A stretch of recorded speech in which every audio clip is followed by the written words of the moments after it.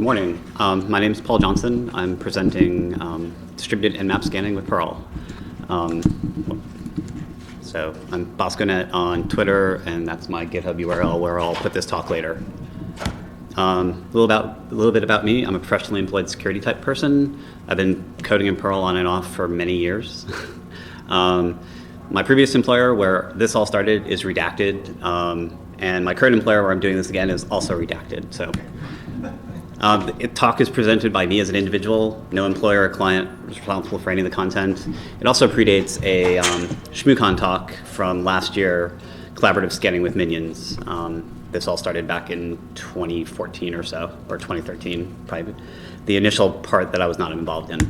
So in the beginning, before I was involved, we had 8 centrally located hosts doing large Nmap scans of a large network, over 700,000 live IPs. Scans were launched in /16 blocks, and the overall scanning took 3+ weeks to complete, which is a long time, because they were actually running 24/7. The code base was already in Perl when I showed up, which was very nice. The problem I got presented like day one was how to scan better. 2 issues to address. It's improve the speed of the scan, and we were going to scale up from about 8 scanners to 200 scanners deployed throughout the network. That's the end of the formal requirements I was given. The small team included myself, the original tool author who I was able to rely on a little bit, and then somebody else who had extra time that we used. Most of the work was done by me because I was the person paid to do it. So my idea was create a scanning botnet. First thing, don't call it a botnet. Management not going to like it, even if they're security people, because they're going to tell their bosses and their bosses. And so call it a distributed scanning solution. Second, we needed to reduce the impact of any single scan slowing down the whole network progress. That's why it was taking so long, those /16 blocks. It was getting bogged down in an individual IP space to scan it, so how to do that. Third, the existing communication structure was utilized persistent encrypted SSL tunnels, basically, to all those 8 hosts. So you had to maintain open connections. Fourth, there was no real audit trail given the size of the scans, and you wouldn't be able to tell until after the scan was all over who was scanning what when. So first, how to reduce the impact of slow scans. My solution was chop it up from /16s to /24s. The advantage, /24 is only 256 addresses as opposed to 64K for a /8, or 16 million for the entire /8, and 64K for a /16 that they were scanning. It also meant that if we had to rescan any individual network segment, it should go a lot faster, and we could potentially better identify those parts of the network where the scans were getting bogged down for whatever reason. So this is what I did, just to split up those scans. So since I was the person inputting the stuff, I got to decide that I was doing CIDR. CIDR was also much better because when people give you, my experience was when people gave you lists of IPs to scan and ranges, the zeros would get in there, extra periods, it was just a mess. So I got to do this, so I just decided CIDR. Not great code, but workable. The communication for the agents, like I said, was originally SSL persistent communications. It's fine for 8 hosts, but when you have 200, you're going to have a single host, maintaining 200 encrypted tunnels. Also, dropped communications between those hosts would cause, scans to terminate. And we were also using, hard-coded authentication credentials for that. How to improve and scale communications? My thought was, we already have SSH on all these boxes, why not just leverage that?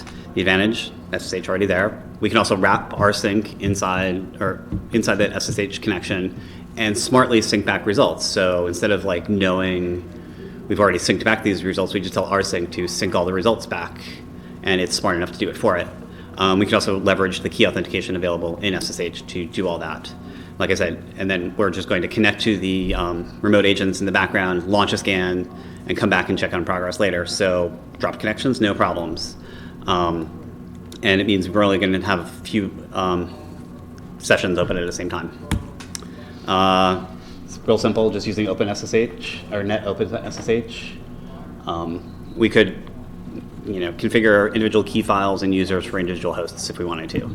We did not, but we could. Audit trails.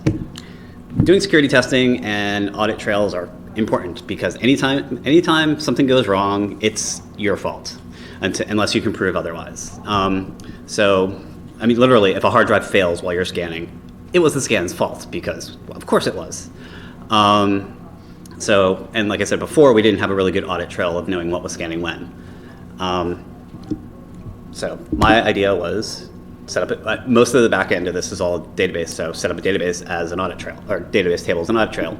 We can track the current status of the scan, track when a scan on the network launched and completed, track the PID of a scan, so if you need to go ahead and do anything to it, we can do it quickly. We can check the completeness of the scan. Is it running? Is it 20% complete, 50% complete, 100% complete? And capture a snapshot of the hosts it found when it completes. Simple table, just status key to keep it there, know what agent's running, what target it's running against, scan, overall scan, because you can create multiple scans over time, PID, the status, the progress, when it was launched, when it finished, and how many hosts. It's mostly ints. Launched and finished are just Unix timestamps because they're easier to sort. Status was just an arbitrary status code, which I sometimes regret doing because I would look at the table and go, what was status code 8 mean again?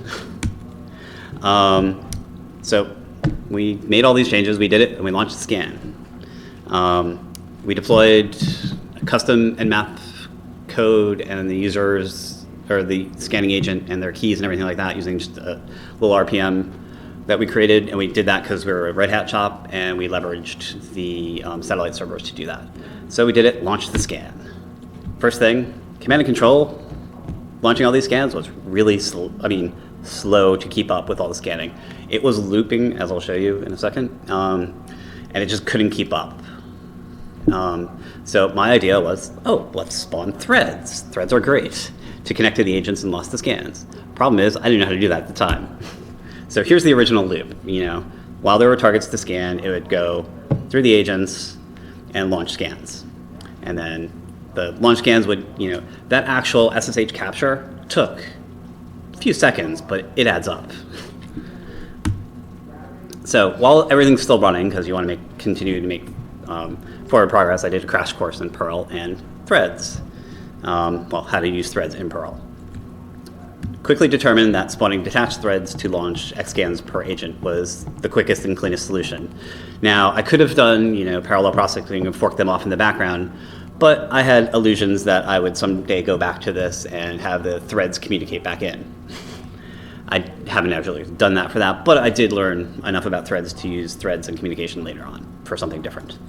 Managed to actually implement the changes into production within 24 hours of the scan launch. The new logic, as you see, is just, instead of doing the SSH capture, just spawn a thread to do the exact same thing. It took a little bit of trial and error to figure out what size the stack needed to be, because when I started off with the default one, it just kept crashing. So it was like, figure out what was going wrong and debug. We actually completed the scan in under 12 days, which was about 100% improvement. Scan results were good, meaning we found hosts with live ports and stuff like that. And management was happy. We didn't break anything that they weren't aware of. I self-identified areas to improve, including making the scanning smarter. So we have these 200 agents scattered throughout the network. Why not figure out what's near them to scan closer? So we did that, and we later doubled performance again because there's a lot less network latency. We weren't bogging down like all sorts of routers in the core or anything like that. What also I determined was that CNC, or the command and control, was not very smart about the load on the agents. So it just kept launching, making sure there was like 10 scans running on an agent at any time, no matter what the system load was. But that sometimes didn't improve performance, so throttle new scanning if the load was over X amount. We also had scans that hung. This was actually part of the root cause of why those other scans would take so long, is individual networks would hang up scans. So proactively check back, and if it's been running too long, kill it and start it again. we build on the knowledge base we were accumulating about like what hosts were out there, how many we should expect on a given network or anything like that. So like we found 100 hosts on there last time we scanned. We were seeing 2 now. What's wrong? Let's go back and check that out later.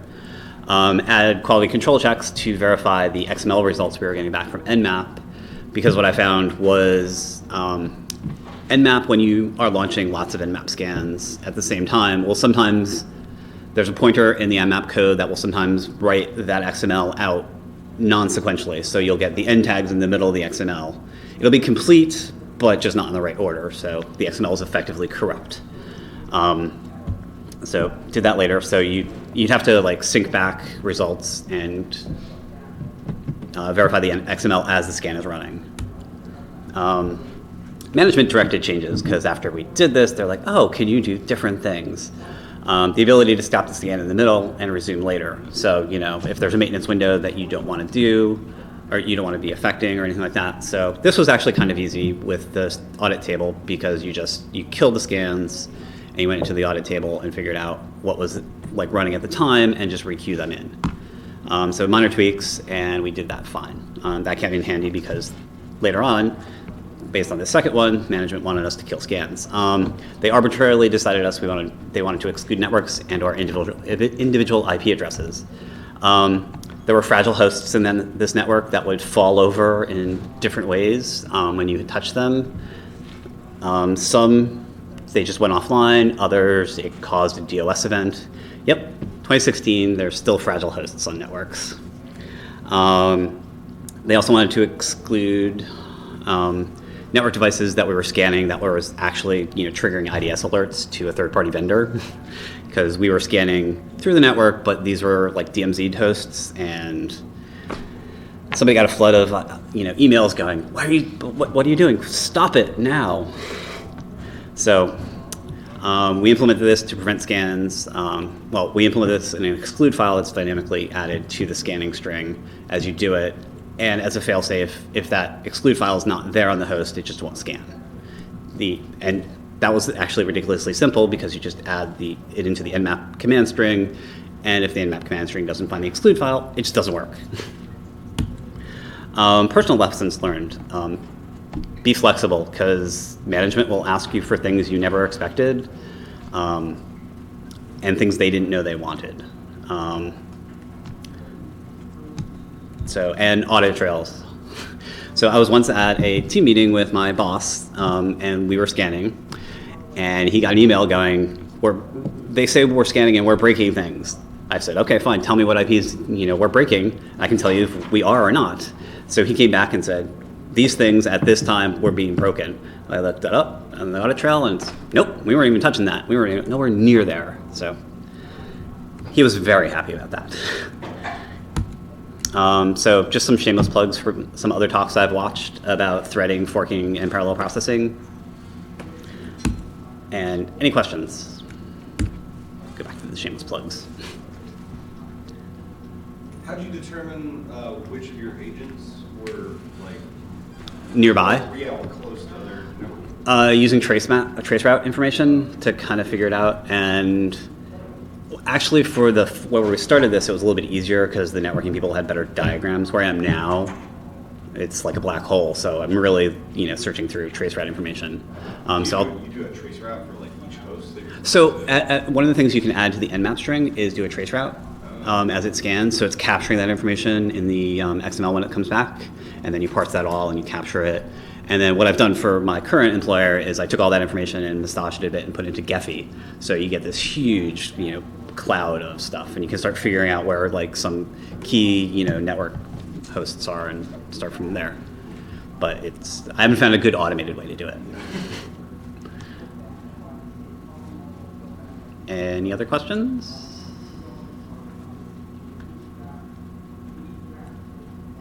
Okay. Thanks, everybody.